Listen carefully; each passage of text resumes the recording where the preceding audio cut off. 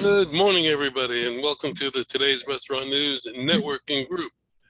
We are a group of vendors to the restaurant industry who are experts in our field, and we are here meeting every week to help each other in business and also to help restaurateurs who may be watching us on YouTube or on Facebook that we may be able to help. And we invite you to contact us at our website, trnusa.com, or give us a call at 561-620-8888, or go on YouTube at Today's Restaurant.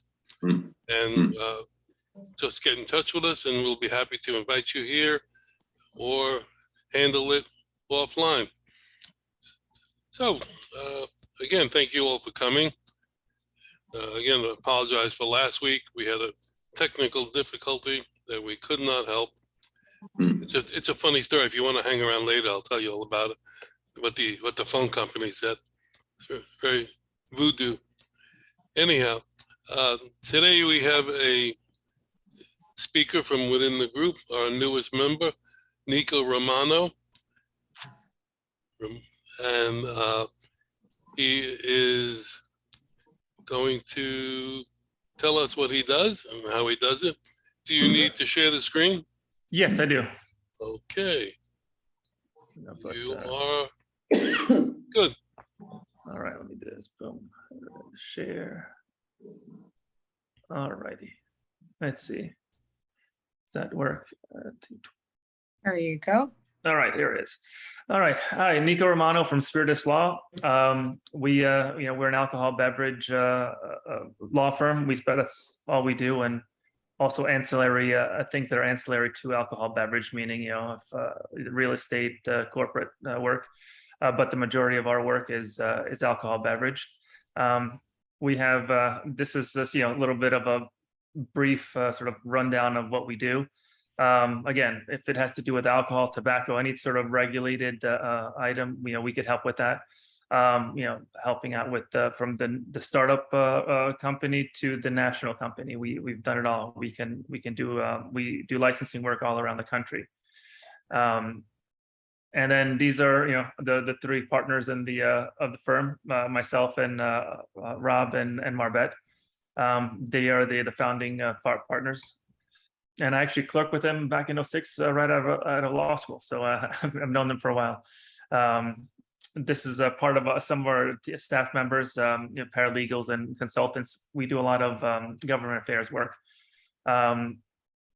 These are some of the things that we do in real estate. So obviously, leasing, acquisition, sales, that sort of stuff. If we can handle anything involving your restaurant or hospitality needs.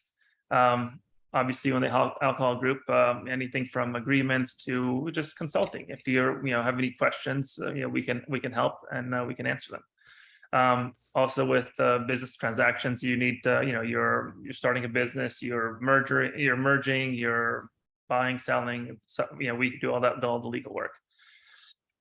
And these are some of some of the awards we've received, and we're highly regarded in the industry.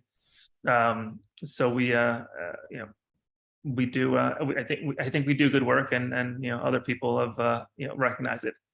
Here's some of our contact info, but this is a PDF. I can go ahead and I'll share it with you when I get the email later on today, and this way you can all have the PDF. But long and the short is, if there's let me stop sharing here. Let's see. So if you have any any issues with alcohol, beverage, tobacco, any sort of regulated things, then we can help out. Real estate business. So we're the hospitality industry is our only industry. So we know hospitality, and that's it. Thank you so much. Do you actually sell the liquor licenses?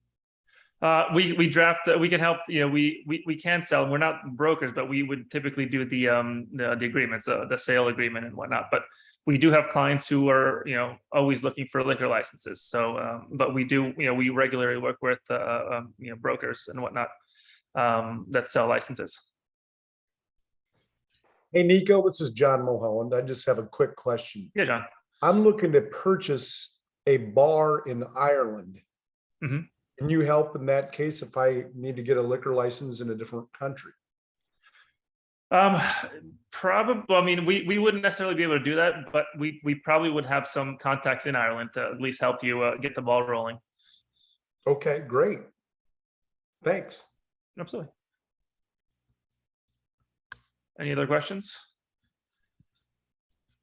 So you could write up contracts within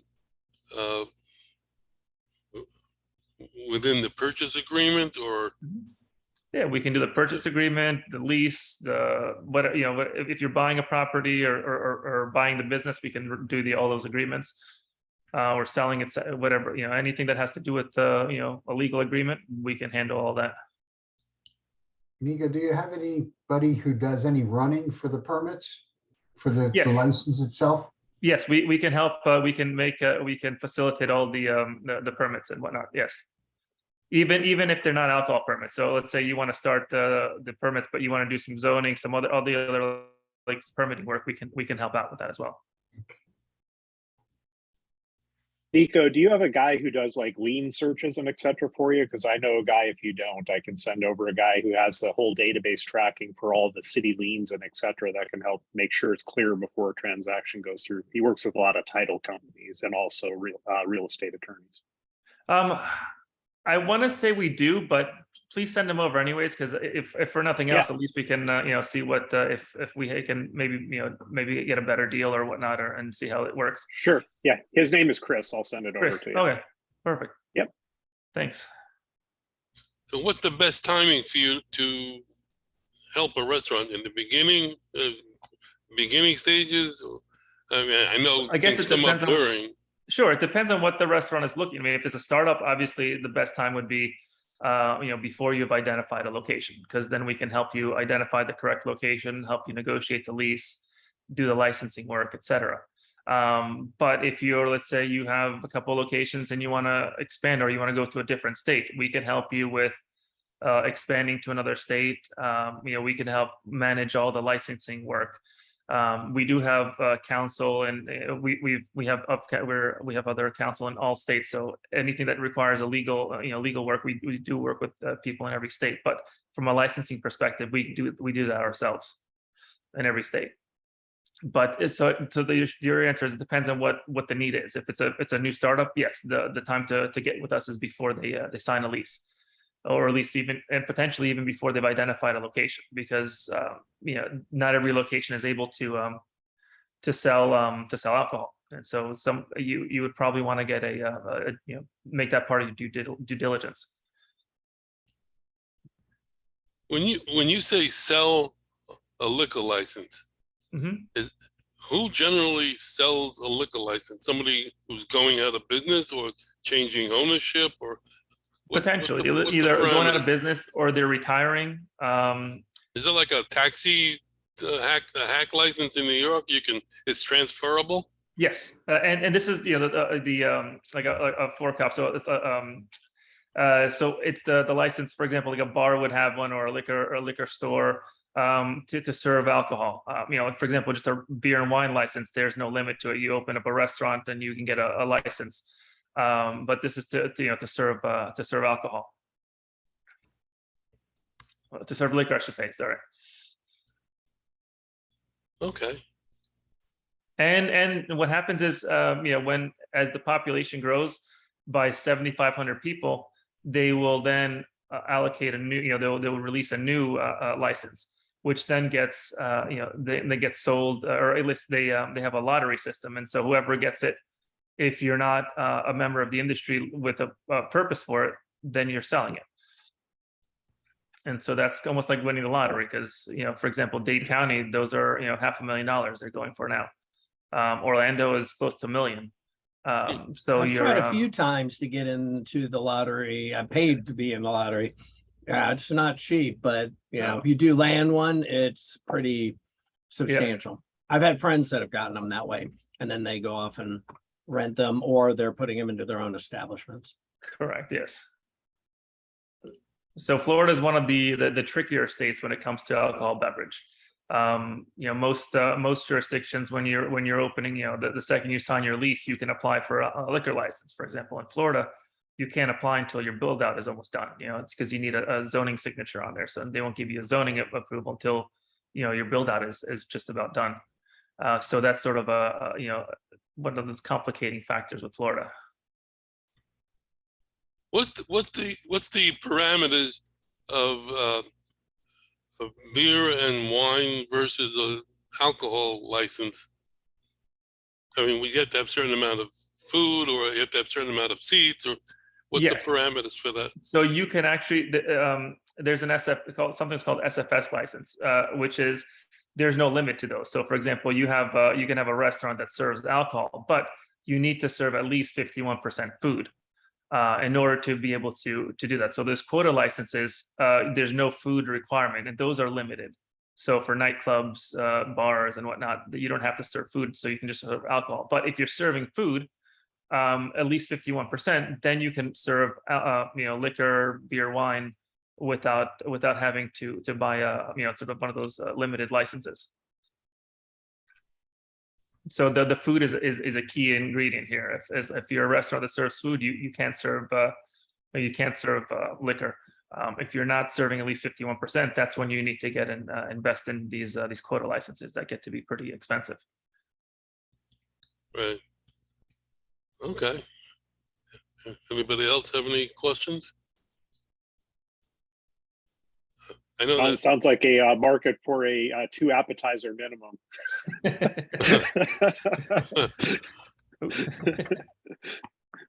Yeah, that's not a bad idea. And the state is pretty. They you have to send them all your receipts and whatnot. They're pretty strict about that. So there's they'll call you on it if you're not doing at least the minimum amount. I mean, many years ago, there was a company in Florida that specialized in liquor licenses. I think I'm not sure if they're still around. I can't even remember their name. There was two partners. They were old then, so I don't know if this, but I think they had a son in the business. But anyway. Yeah. But our founding, one of the founding partners, Rob, he used to be an agent with the with, I guess now it's whatever, alcohol ATF, but the state version of it. And then he went to law school, and he actually wanted to be a litigator, and he ended up clerking for, I guess, one of these older alcohol beverage attorneys. And he goes, no, you don't want that. You want to be an alcohol beverage attorney. And that was what, 26 years ago. And he goes, that was the best advice I've received. Yeah. Okay. Well, thank you very much for Thank you. enlightening everybody and me. Tell us how we can reach you. Sure. You can reach me either by email at nico.romano, ROMANO, at spiritus.law.com. I'll put it in the chat as well. Oh, I have that. I have it. Yeah. Oh, and I guess you'll get the email later on today. But and our website is Spiritus, spiritus.law.com. And that's usually, and I'm on whatever LinkedIn and under Nico Romano. But I guess it's pretty. If you want to find someone today, it's hard to not be found. Yeah. Well, you're a broad-based law firm, so you can handle pretty much everything, right? Yeah. Usually, most everything we do is within the hospitality industry, from hotels and retailers, restaurants, and whatnot. But yes, we can do anything on the business side and real estate side. We handle all that as well. Okay, great. Thank you. Thank you.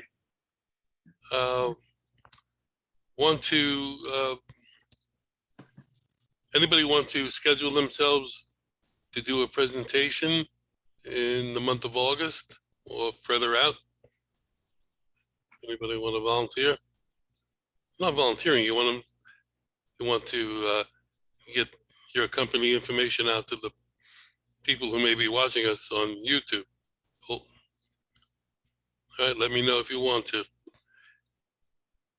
Well, we're going to do our intros because a lot of people did not know Nico and vice versa. So, John Mulholland, why don't you start us off with Chris, the With the- dynamic duo. By the way, the third partner, is he still going to be coming? Have you been sending Kevin the invites? Yeah. I didn't ask him if he got it this morning. So. Yeah, he's on the list. Okay. I'll check with him. Okay. You're up. Go ahead, Chris.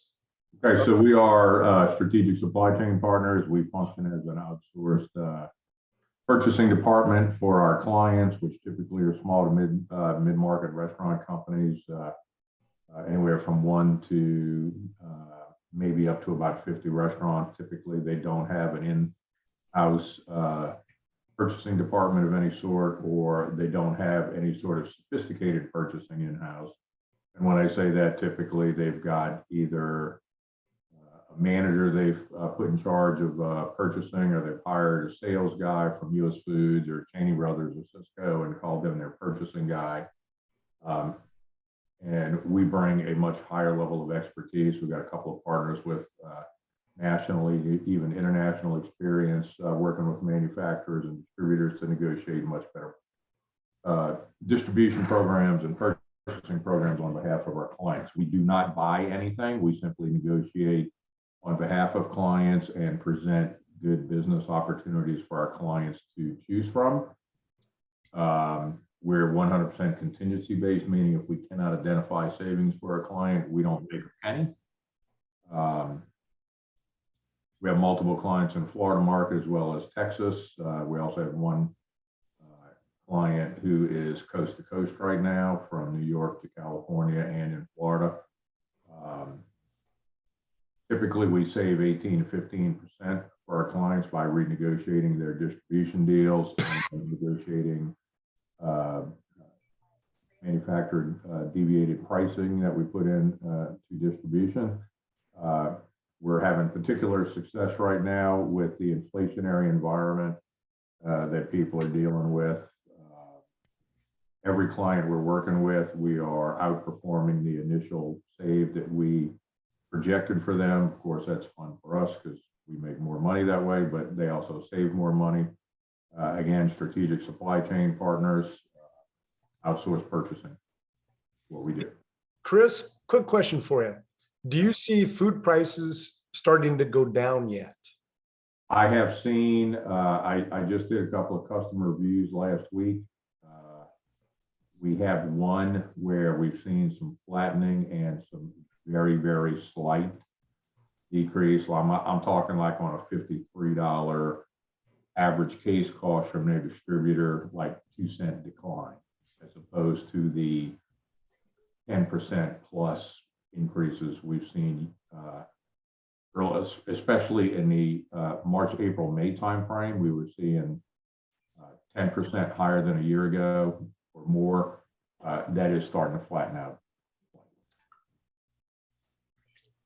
Any restaurant operating in today's conditions should be on the phone with you immediately, because everything you do is contingency based, and it's in your best interest to get them the best deal possible, and it doesn't cost them anything up front. So I encourage everybody to do that. Howard, do you think they'd be stacked up like cordwood wanting some help? But we've talked about how restaurant people are. We actually had our partner call this morning, and we have a client that where the savings we're generating for them is about 8.5%. And he's going, well, my food cost is up from a year ago. Well, your food cost is up from a year ago because pricing across the board went up 10% plus. They're in the seafood business. Seafood is actually up over 11% from a year ago. And all we can do is get them a really good price to their back door. What they do with the product once it's in-house has much more to do with their food costs in terms of managing waste, portioning properly, rotating inventory, et cetera, et cetera. It's just fascinating that people don't want to take advantage of help that's easily available to them, affordable, and frankly, doesn't cost them anything to give it a try. But you know, we're continuing to pick up clients at a decent clip, so life's good. And don't forget our referral program. Everybody on this call should at least sign up for our referral program. It's free and we're just putting money in your bank account. This is true. I want money in my bank account. I'll send you a referral agreement Then then. you started off with $1 and I'll work from there. There you go. Yeah, John, you can send out to me as well. Okay, great. Ditto. I think, don't we have one, Terry? I thought I had one, but you could send me one too, John. All right, great. Howard, I'd be worried. I think Terry wants her own agreement. It sounds like it. Hey, as many restaurants as we go to, you better believe it. When you don't have a card or something to hand out, let me tell you, it's tough.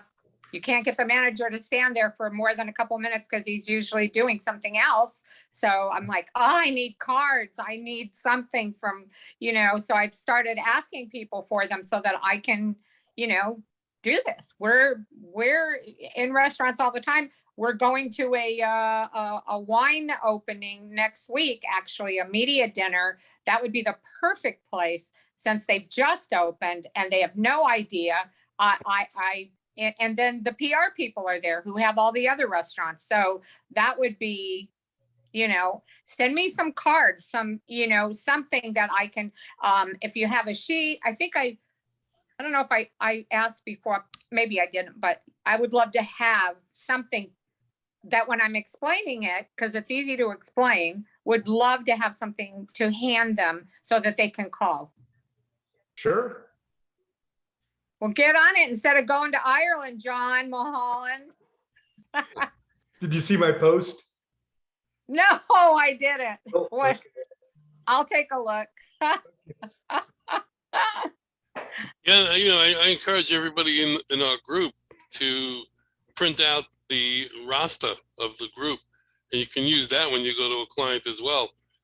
That's, everybody's name and phone number and contact information is on there or on our website. It's everybody's contact is on the website.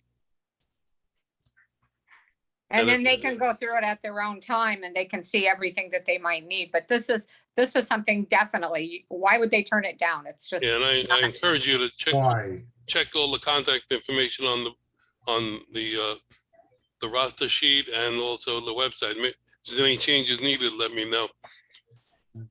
Why is a crooked letter? And why do people not take advice or at least listen? Everybody is too busy doing nothing in the restaurants when we go in, because we try to go into them at a point when they're during slow. They've always got something to do, and 90% of it is just waste time. They're worried about business. They're constantly worried about payroll. And when it comes to the restaurants, Because they don't know what they don't know. and if they're so busy that they can't see you, you see it immediately when you walk into the restaurant. Right. No, I know. Believe me. And I have conversations with, I go into some of my big restaurants and I go in there and they're sitting there doing nothing at the table, watching everything that's going on, but they're too busy to spend time talking about products and other things that could help them. Well, if they're too busy, if they're not doing anything, invite them here. No, it becomes, it's years ago they were too busy because they were too busy. Today, they're just too busy worrying about a million things other than their business, because they're the back office, the back of the restaurant is what they're worried about. And then it's a secondary thing of customers coming in at the front door. I know. And it They're shows too proud to reach out for everywhere. help. Yeah. Yeah. And I guarantee you, if you ask the restaurant that you're talking about, if you ask them how much of their budget is set aside for advertising and promotion, they either can't tell you or they'll tell you nothing. Well, because they think that they open the doors, people are gonna come in. It's not the way it works. not at all. That's exactly right. I mean, and most of the restaurants that are out there don't spend enough money on advertising or any type of vehicle to get customers in. They just expect them to come in word of mouth. The days of word of mouth are over. It's very difficult to get people to come in. And if they go in and they feel that even the service is off, they won't go back. And that's a big. How many people are lost at the front door? Service. Oh, How many people are lost at the front door by a bad experience with the hostess or the host, or getting a table or getting a waiter to come to the table Absolutely. before they order? Terry had a situation this week. She called the doctor's office. I recommended that she call this particular doctor, and she called, and they almost like blew her off. So she hung up and got somebody else. And that's what happens all the time. I mean, you got to be on your A game from the door, in and out. You got to be on your A game. yeah, I went to a And- restaurant. Oh, go ahead, But Terry.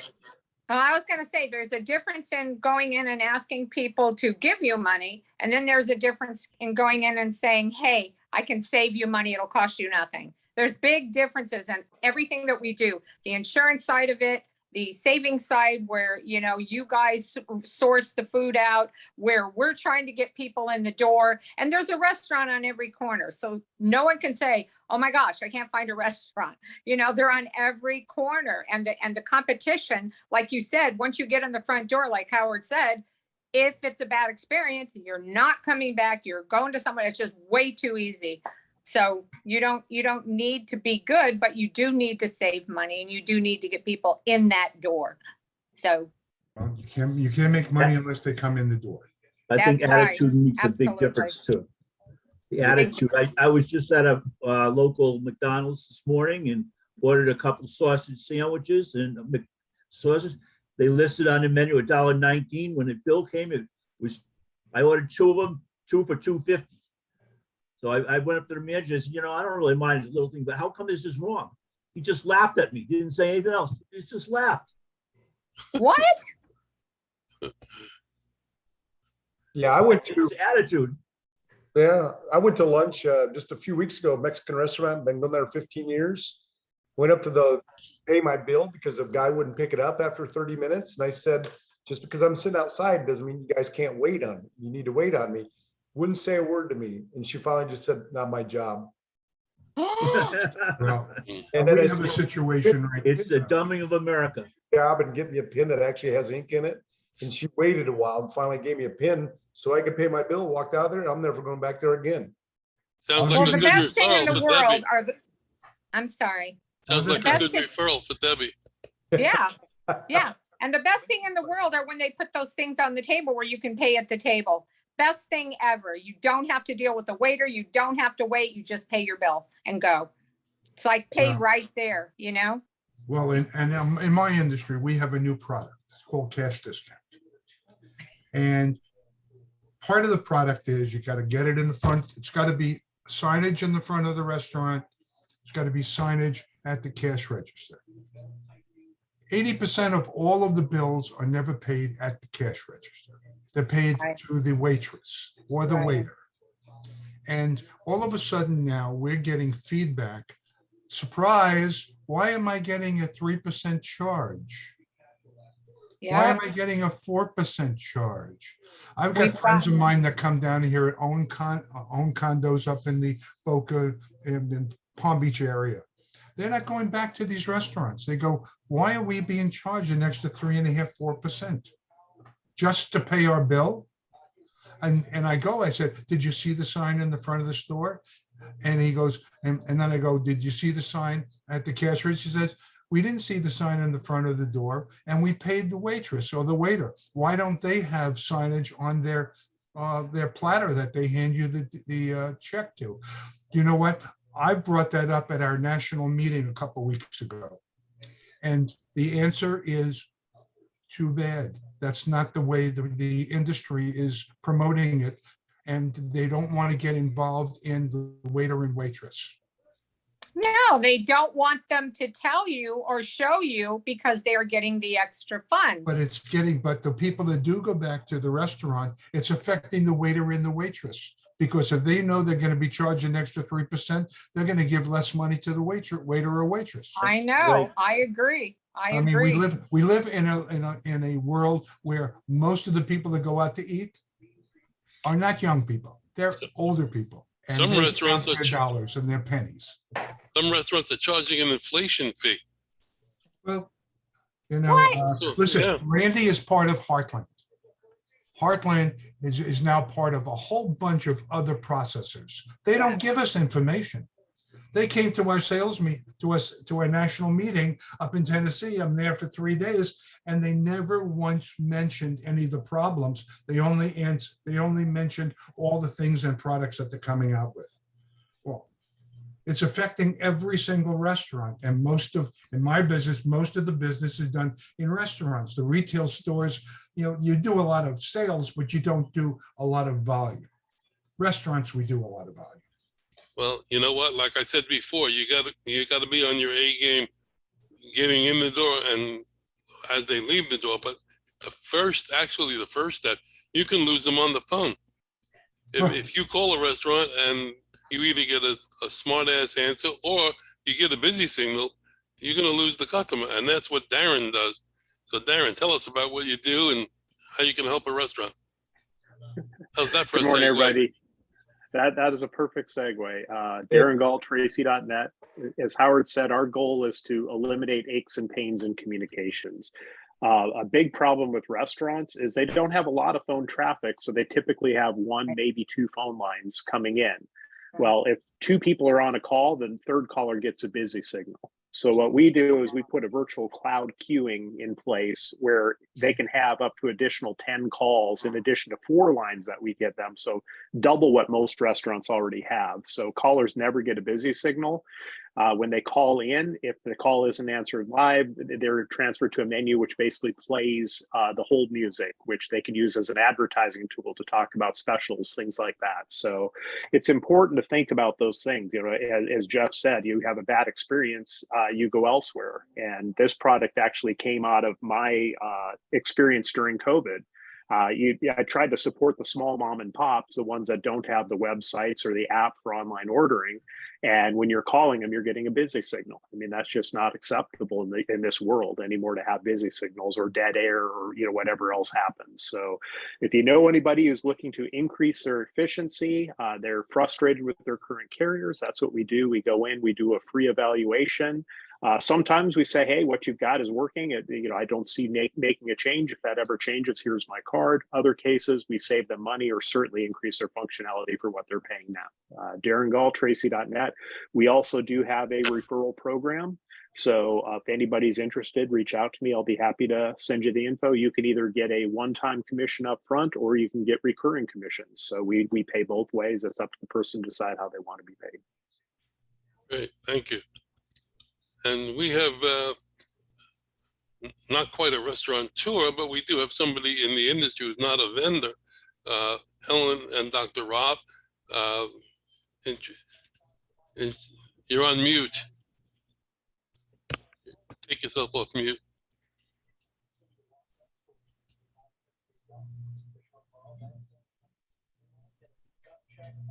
You're still on mute. Sign language. There you Okay, go. now we're here. There you go. I wanted to just mention something between Jeff and Darren just a minute ago. I see these restaurants completely empty. I see the ice cream shops, the smoothie shops, they have downtime. There's also time in the morning when they're busy, lunch, whatever it is, but there's a lot of downtime. And the reason why there's not downtime is what Jeff was saying is the fact people are not creative enough to do a lot of advertising. You need creative solutions to get out there, maybe seminars, workshops, something to get more of the people in there. And, I like what Darren was saying, but the fact that you go in there and you do a whole evaluation, and I'm sure you come up with some innovative type of strategies to make it work. And that's what's happening there. And that's why, if a waitress or a waiter is not, or a restaurant is not charging a certain percentage. It's because sales are down. They got to keep it going, consistently. There's, it's funny. My wife and I, we run a mobile ice cream and coffee business. It's called Delicious Spoonfuls. We're a nonprofit. We employ people with disabilities, autism, Down syndrome. It's an interesting thing. We had something fascinating happen to us this week. I have a cousin. He's a food broker. He's been in the business, got 50 years. His name is Coleman Abbey, and he deals with the kosher and non-kosher establishments. And it turns out that KC Kosher in Hollywood, they're pretty big. It's a big grocery store. They're going to be opening up in Hallandale and next year in Boynton Beach. They're taking over a 30,000 square foot Publix. And it turns out my cousin knows the owner, and we spoke with him this week, and we're going to be permanent vendors in there. It's just a matter of, when it's going to, more or less happen.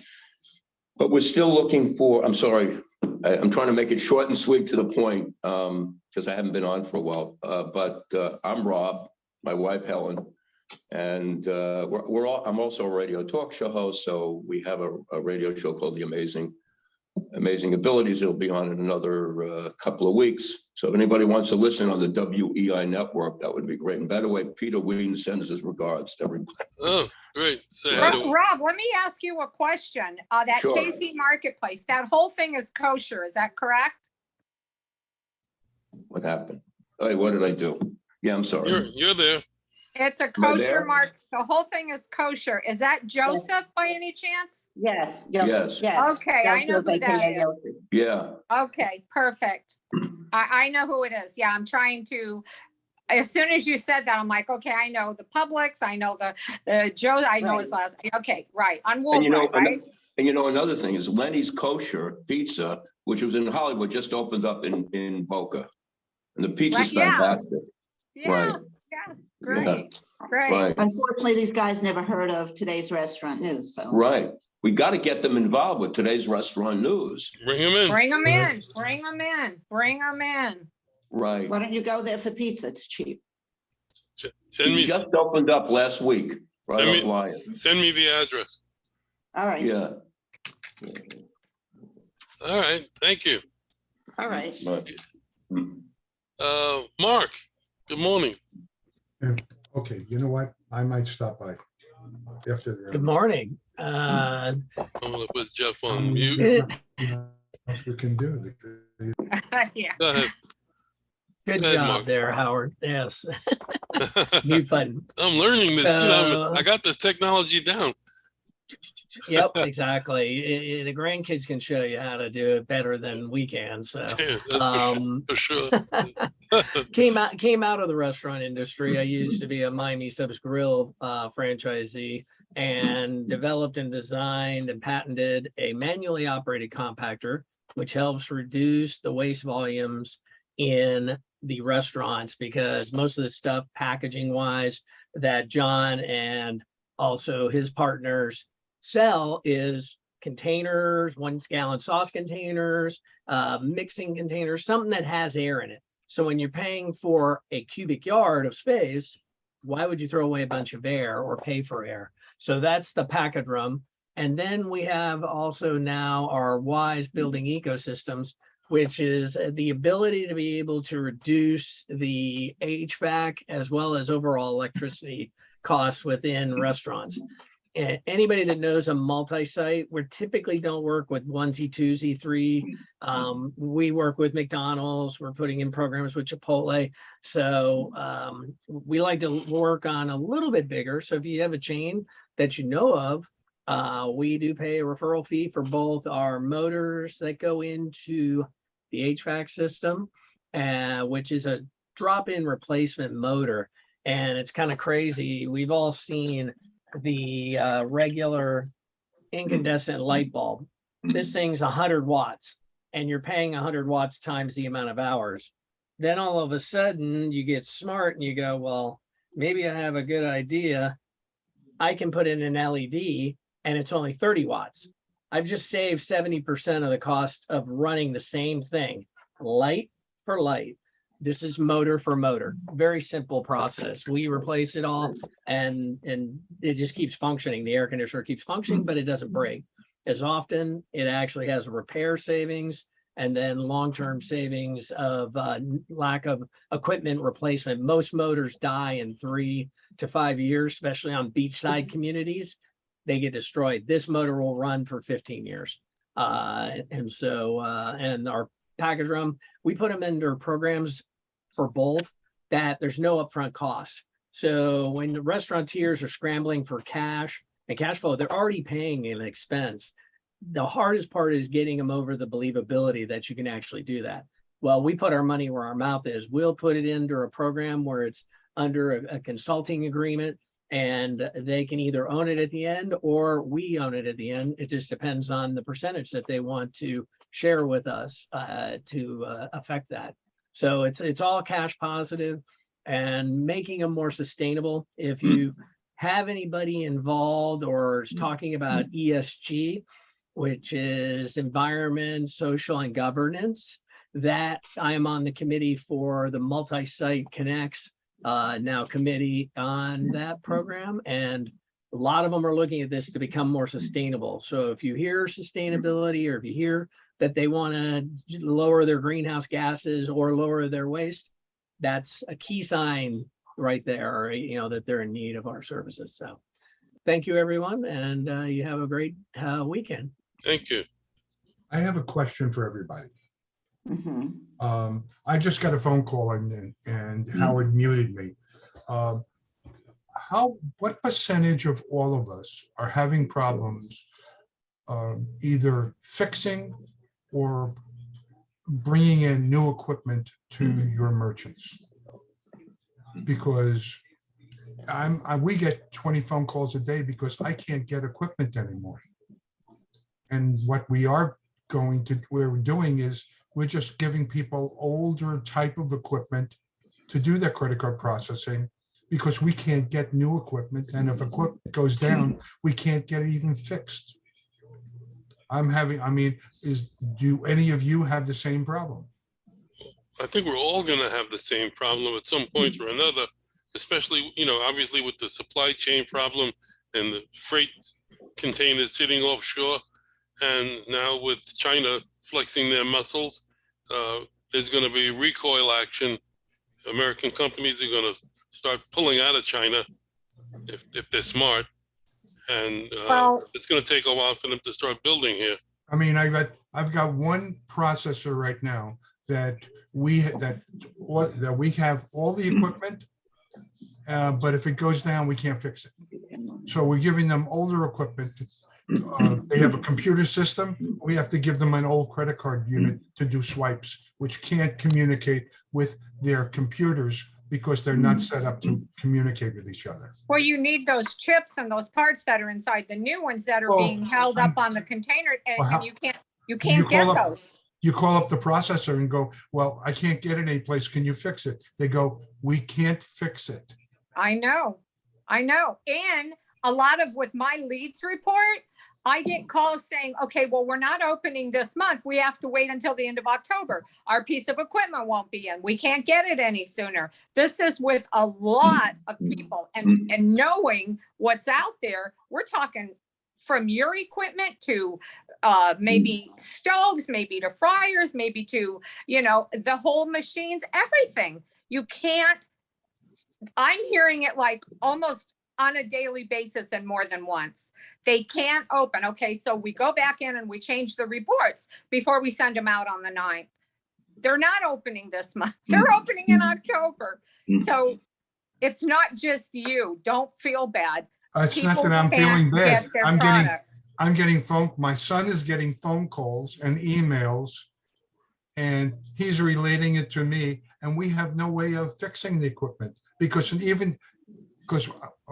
like a computer system, I'm not going to replace a whole computer system to fix a pin pad. No, of course. And I can't fix the pin pad because I don't have a chip inside the computer to replace anymore. That's right. 1-800-US-GOV. You know, and on top of that, I don't know about you guys, but we get advertisements from all the equipment people, all about the new equipment that's out there and how they have to service, but they can't service their old equipment. Right. Well, John McCabe, John is involved with Carpigiani. They're an Italian company. John, what's your take on it? Well, one of the things we've started to do is manufacture over here in the United States. You know, it's In more of a- North Carolina, right? North Carolina. And basically what we're doing is trying to cut our costs, where a lot of times we'd be building out ice cream or gelato equipment in Italy, but we'd be bringing in an American compressor. Why should we ship a compressor from the United States to Italy, then bring it back? What we're doing is bringing in the guts of the machine and putting the computer in it here. I mean, the compressor here. We're also doing things like deciding whether it's air cooled or water cooled here, which will help us cut down on the lead times. And we've been successful. It's helped us get into 3 or 4 chains this year, and we're making a lot of progress by doing that. So we're pretty happy about it. It's a challenge for us though, because we really haven't done production before. You know, we're more of a marketing company strictly. Now we're getting to be a marketing and a production company, and it's a challenge getting good help. So I guess. Well, you're like the canary in the mine. He's the exception. He's the exception. He took the bad, turned it around, and made it a positive. Yeah. Was able to figure out how to do that, and it's not easy. It's you just not have easy. to go on. You know, whether you're a restaurant or whatever you're doing, you got to try and make the changes and go with it. Go with the changes. Like we see a recession coming, but we see opportunities. There's going to be a lot of people in my situation where there'll be an upper management and they get laid off and they're going to sit in recession. But what are they going to do? They can open a restaurant or they open an ice cream shop or something. We have a lot of opportunities coming, and we have to take advantage of those. Yeah. You know, we can sit back and, you know, not make a sales call. We can sit back and say, okay, things are going to be bad, and we'll talk ourselves into it being bad. Or we can take it and say, here's an opportunity. Maybe we have to change our menu a little bit, and that's where some of our things with ice cream, where it's very profitable, the food costs are low, the labor can be relatively low, so you can spin it where maybe this is a profit center that you can add into your menu. And the biggest thing I see as a problem is just there aren't enough of us to get out there and make the calls. That's the issue. All right. Thank you. We want to get everybody in before we, Jeremy. Sorry, look for the mute button, unmute button.